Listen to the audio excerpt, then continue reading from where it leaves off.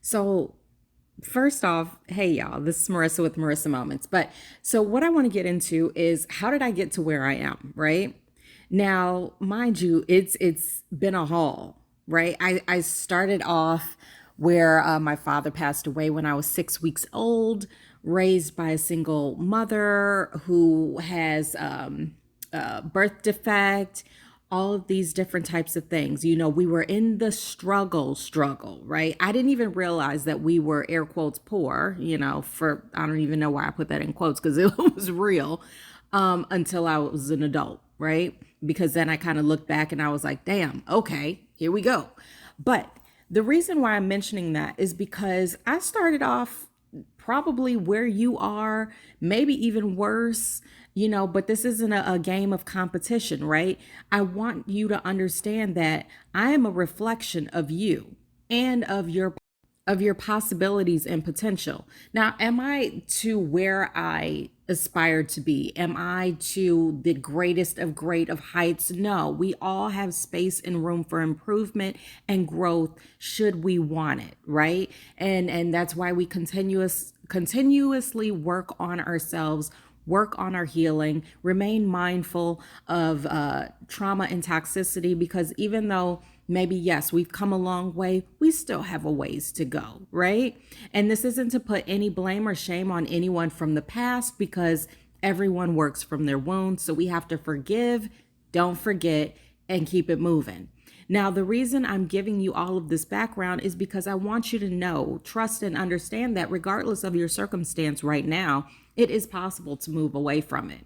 Now, here's the thing though, it's not going to be easy. I don't want to lie to you. I'm not going to sit here and tell you that every single step along the way is flowers and daffodils, because that would just be a blatant lie.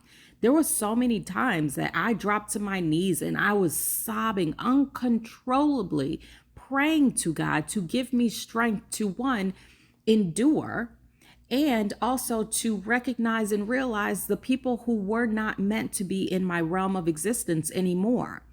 To have the courage to no longer reach out to people just because it had become a toxic comfort zone, and to have the strength to understand that just because someone is air quotes there does not mean that they should be, right? Because if it's damaging to your mental health, your actual physical health, your emotional health, any of those types of things, and of course you'll be able to identify it, then that is a surefire sign from your spirit that says you need to no longer be in their environment.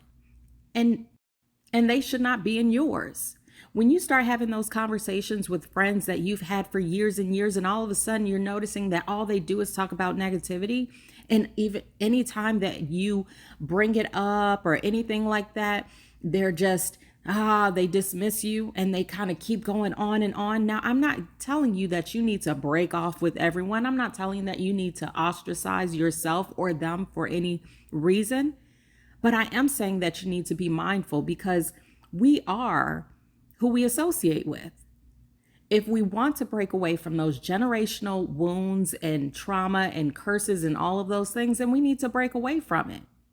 Yeah, sure, you may want to bring that healing to their door, but that doesn't mean that they're going to accept it.